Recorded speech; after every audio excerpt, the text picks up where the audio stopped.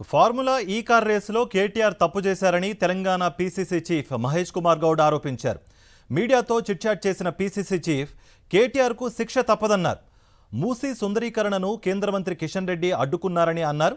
గుజరాత్లో సబర్మతి నది డెవలప్మెంట్ చేసుకున్నట్లు తెలంగాణలో మూసీని సుందరీకరించాల్సిన అవసరం ఉందన్నారు. అభివృద్ధి విషయంలో రాజకీయాలు చేయొద్దన్నారు.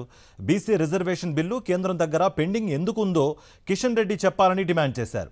కేంద్ర మంత్రులు కిషన్ రెడ్డి, బండి సంజయ్ ఒక మెట్టు దిగి వస్తే బీసీ బిల్లు ఆమోదం పొందుతుందని పేర్కొన్నారు.